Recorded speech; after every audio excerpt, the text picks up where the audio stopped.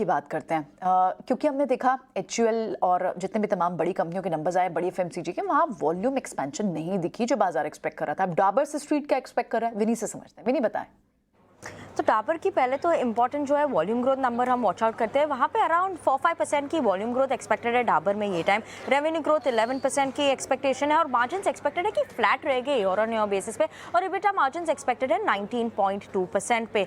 Now Q1 का update तो आता है कंपनी का, तो फेयर आइडिया होता है कि हम क्या एक्सपेक्ट कर सकते हैं। तो एक्सपेक्टिंग है कि double digit revenue growth mainly होगा, क्योंकि आउट परफॉर्मेंस और स्ट्रॉन्ग परफॉर्मेंस दिखेगा कंपनी के हेल्थ केयर बिजनेस में, ओरल और हेयर केयर बिजनेस में, और म्यूटेड परफॉर्मेंस होगी बेवरेज पोर्टफोलियो में, क्योंकि वो समर पोर्टफोलियो था। तो समर सीजन में थोड़ी अनसीजनल रेन की वजह से थोड़ा इंपैक्ट हुआ था सब कंपनीज के समर पोर्टफोलियो, तो बेवरेज पोर्टफोलियो में थोड़ी इंपैक्ट एक्सपेक्ट कर सकते हैं।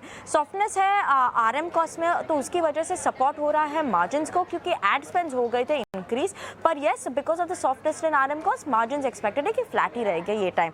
ओवरऑल इंटरनेशनल बिजनेस में भी एक्सपेक्टेड है कि स्ट्रॉन्ग परफॉर्मेंस होगी with double digit growth in constant currency term. और वॉच आउट करने के लिए जो फैक्टर्स है, रूरल डिमांड कैसे है, अर्बन डिमांड कैसे शेप अप हो रही है, फूड और बेवरेजेस में ग्रोथ क्या है, और इन्फ्लेशन आउटलुक और प्राइसिंग स्ट्रैटेजी क्या है कंपनी की, ये इंपॉर्टेंट फैक्टर्स है वॉच आउट करने के लिए।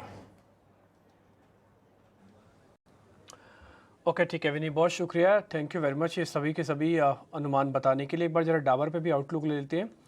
सुदीप सर, एक बार डाबर पे आपका अनुमान क्या है? कंजम्पशन का एक बैरोमीटर है। ये ऐसा एक FMCG कंपनी है जिसका करीबन 50% से भी ऊपर सेल्स टेक्निकली रूरल इंडिया से आता है। तो अगर डाबर के सेल्स के आंकड़े ठीक ठाक आ रहे हैं और एक्सपेक्टेशन से को बीट करता है, तो ये माना जाएगा कि एटलीस्ट जो FMCG क्षेत्र में रूरल कंजम्पशन वापस आया है।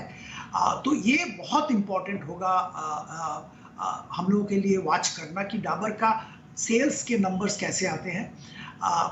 ऑफ कोर्स जो अनसीजनल रेन के कारण समर पोर्टफोलियो थोड़ा सफर किया है, वो सारे FMCG कंपनीज का और सारे कंपनीज का किया है, वो तो एक्सपेक्टेड ही है। पर बाय एंड लार्ज हम लोग एक्सपेक्ट कर रहे हैं कि एक्सपेक्टेशन के लगभग करीब करीब नतीजे आएंगे। मार्जिन पे थोड़ा ध्यान रखना पड़ेगा और बाकी ओवरऑल रिजल्ट ठीक ठाक ही लग रहा है।